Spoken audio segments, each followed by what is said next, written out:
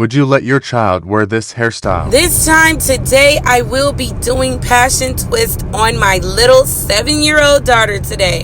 I wanted something kid friendly and something that is very light and something we can style in different styles. This is the hair I will be using. Also, these are the products I will be using today. This is the first twist I would like for you guys to check out before I get started with the full head. My daughter's dad does not like fake hair added into his child head, but unfortunately I decided to do this look to make my life a lot more easier in the morning. My daughter's hair is actually pretty long. It is almost the same length as the fake hair that I am adding in her hair today. But it is a protective style and it will last me at least a month and a half. When applying the passion twist, I will be braiding it on first and then twisting.